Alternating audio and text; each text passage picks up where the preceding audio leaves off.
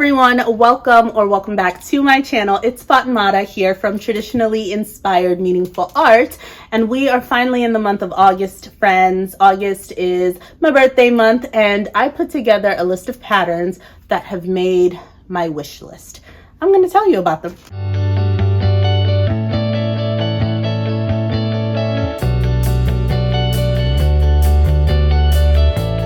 So I put this list together primarily because I'm not a big indie pattern buyer. I've just found that throughout my sewing journey, when I actually converted to using patterns, I found myself reaching for big four patterns. They were super accessible to me. The sales made them super enticing, and I've been able to be very lucky during thrift hauls to actually find vintage and just other patterns that folks have put at the thrift store.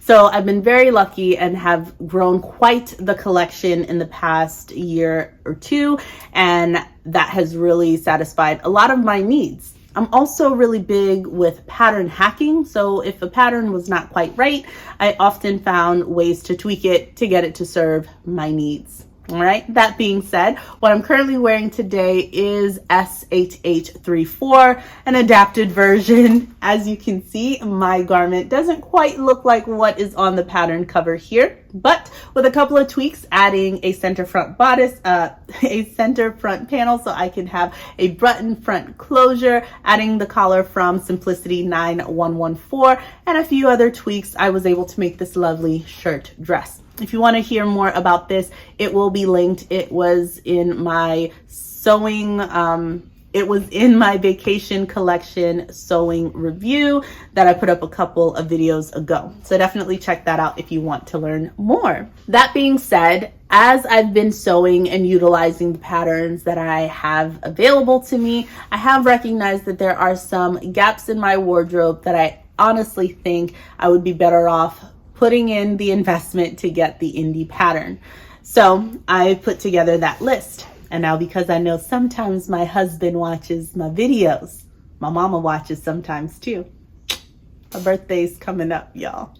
You remember, right? Okay, so I'm just gonna put these links down below. But for anyone else, if you feel like your style and mine are quite similar, maybe these are patterns that you've already used, let me know down below if I'm on the right track, if you've loved them as much as I think I will, and let me know if you have any of these patterns on your wish list. Let's talk about it, folks. The first pattern that made it onto my wish list is one that I have been eyeing for months. Whenever it came out, whenever I have seen it, I have loved it from afar. And I think this is the year that we get well acquainted. Okay, and that pattern is none other than the Pietra Pants. I love alliteration. I love a good pattern that has interesting details, and the Pietra Pants deliver. That side pocket feature, that flat front without the waistband, with the elastication in the back, with a hack that someone kindly posted onto the YouTubes of how to make that a fully flat back as well. If you want to include a dart, thank you, and I will link that video down below as well to that YouTube creator, so I can have the best of both worlds, whatever I choose. I just feel like there's so much versatility between the really slim leg and then that wide leg. I love it, and I've loved it forever. Everyone who has made it, I'm ready. I'm ready to piece together a pattern for the first time. And I think the Pietra Pants will be worth it. I have put up a haul. Hopefully you've seen it already, but I did some damage shopping for fabric. And one of those fabrics was this lovely chartreuse pea green wool fabric that I think would be lovely in the slim leg Pietra Pants. I have 1.5 yards of this. I don't know if that's enough, but I would love to make it work and turn these into some delicious pants. So that's my hope. That's the dream. So the Pietra Pants, I mean, aside from that fabric, there are so many bottom weight fabrics that I have that I think that silhouette, that those design lines would be perfect. So that is top of my list. It's $20 for the printed version, which I would, listen, if it's still available, that's what I would prefer. I'm willing to wait. But if I get the digital one, I would probably need you all's recommendations on places in the US to get patterns printed, just to make it easier. All right. So Pietra Pants from Closet Core Patterns, if I haven't already said that. From there, the next pattern that I have just loved, I even tried to recreate it. I tried to borrow the design lines and hack a pattern that I have and was not fully successful. Though I think I got close, but I think it's worth investing in the Paper Theory Zadie Jumpsuit. You knew it was coming. You knew. The Zadie Jumpsuit has been a fan favorite in the sewing community. It's so beautiful and well designed. I love the wrap front closure. I like that it has a defined waist. I like that you can add sleeves to it. There's nothing about it that I don't like. It has pockets. Am I mistaken? I think it has pockets. It's a delight. It has been a crowd favorite. The views of this that I've seen on the Instagram hashtag, incredible. I want to join the party. I got linens. I have cottons. I have all the fabrics necessary to make a wonderful pairs, if you will, of the Paper Theory Zadie Jumpsuit, and I want to join the bandwagon. It's 14 euro, I think, for the digital copy. It's about 20 euro for the printed version. Again, I would prefer just to have it printed for me because that seems like a lot of taping together for a jumpsuit. I'm willing to tape together for the Pietra Pant, for the slim leg version at least. Zadie Jumpsuit, someone's got to come. We're gonna have to figure it out. But that's second on the list. Third on the list, friends, is the Jennifer Lauren Gable top. Now, this is a knit top pattern, and I love the neckline of it. I actually own a Kate Spade navy top that's made out of like a cotton ponte knit or something like that. That is just so crisp and beautiful on.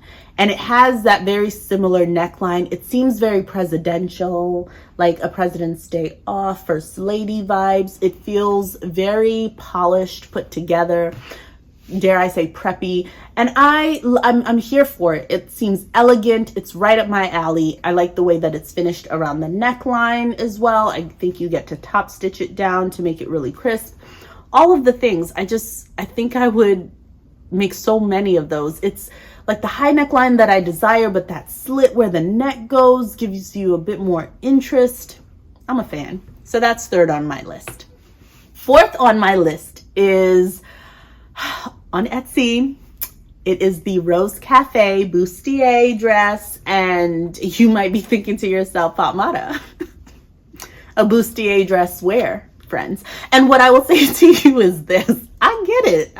You're not wrong in thinking what you're thinking. However, the bustier like layered on top of stuff could do wonders. I have brocades. I have really nice dense upholstery fabrics that I use in garment sewing. Somebody tell me I'm wrong. And I just have so many things that I know if I get my hands on that pattern. I have a silk, like a really nice, I don't know what type of silk it is, but it's one of the stiffer forms that is gonna be delicious, okay, as that paired and layered on top of other stuff. You're not gonna be able to tell me anything if I could get that to fit the way it needs to fit. Whew, it's gonna be some trouble out there in the city. So the Rose Cafe Bustier dress is $10.17 over on Etsy, and that's only a digital copy, I believe, available. So really excited for that. Now, I tried to do like my top 5, you know, because everyone loves a list of 5, whatever. Now, the final one that made the top 5 list is actually from the Big 4. It is a McCall's pattern. Actually, one of our friends here on the YouTube channel, Mary, had watched one of my videos, knew that I'm in the process, okay, right here, this whole stack of linens is getting prepped for the Zimmerman inspired dress. We're not going to get into it. You already know the dress I'm talking about, but she alerted me that McCall's has come out with a pattern that is what I need. Is what I need to execute this to perfection. And it is McCall's 8285. Again, that is McCall's 8285. It has a view for a top, a sleeveless dress, a full sleeve dress, a nice puffy short sleeve dress. It is just gorgeous. I don't necessarily need, like, mine won't be all the tiers the way that it is set up, but the features that it has that I need, that yoke seems like the very right length that I need for my first tier. And then I would just hack the first bodice piece into the sections that I need for the other colorways that I'm going to incorporate in my dress. It seems like it has a separate piece for that center panel for the button placket, which is exactly what I need. That is actually missing in the pattern that I was initially going to modify and utilize. And this would have already done it for me. It seems to have a two-piece collar, which I'm interested in. So many things that work well in this. And I love the shirt version of this, which I have so many fabrics in my stash that I can make a lovely shirt and mix different prints and fabrications. I think if I have that pattern, I would be dangerous, and I'm excited for it. Now, I just need there to be a McCall sale soon, so please don't let me miss a McCall sale. If you know one is coming up, if you've read it in your Joann's weekly ad, please shoot me a message over on the videos, okay? I need to know because I want that to enter my stash sooner rather than later, because I am ready. I'm ready to begin on that project. I just really need those other pieces to come together. The True Bias Nikko Top Dress is exactly what I think I've been wanting. It's basically what I want Simplicity 8982 to be. It's what I've wanted it to do for me. And unfortunately, aside from, like, outside of me tweaking this pattern, it's not fully there yet. But I think the Nikko Top Dress would do it for me. So that might make its way in the top 5, 6, you know, top 6. But that's definitely one that I've been eyeing and think would be worthwhile for me to invest in as well. That is my top 5 list. But if you're curious if any other things had, you know, tickled my fancy, yes, the answer is yes. So in that initial list of, like, indie patterns that I was looking at, I also have loved from afar the Deer and Doe Sirocco jumpsuit. It's a knit jumpsuit, right? So if I have any, like, Ponte knits, if I have any, could you make it out of a double brush Ponte? In my mind, for my body, I would want it to be a more substantial knit, because I just can't be out in the breeze everywhere, okay, in knit. So I would need it to be a more structured, you know, stable, hefty knit, which is why I'm thinking Ponte, or like a really nice double brush Ponte. I keep saying double brush Ponte, double brushed poly fabric. But there are other fabrics that have elastane in it, you know what I mean? So many things, but I love the silhouette of it, and I've seen it on curvier figures as well, and it looks really good. While it does have that really nice tapered leg, I could see myself widening the leg to make it more of like a wide leg situation, which I think would suit me a lot better even. So that was one. And then when I was looking at the Rose Cafe Bustier from Daria Pattern Making, she also has another pattern that is so my speed. It is called the Miracle Magnet Corset.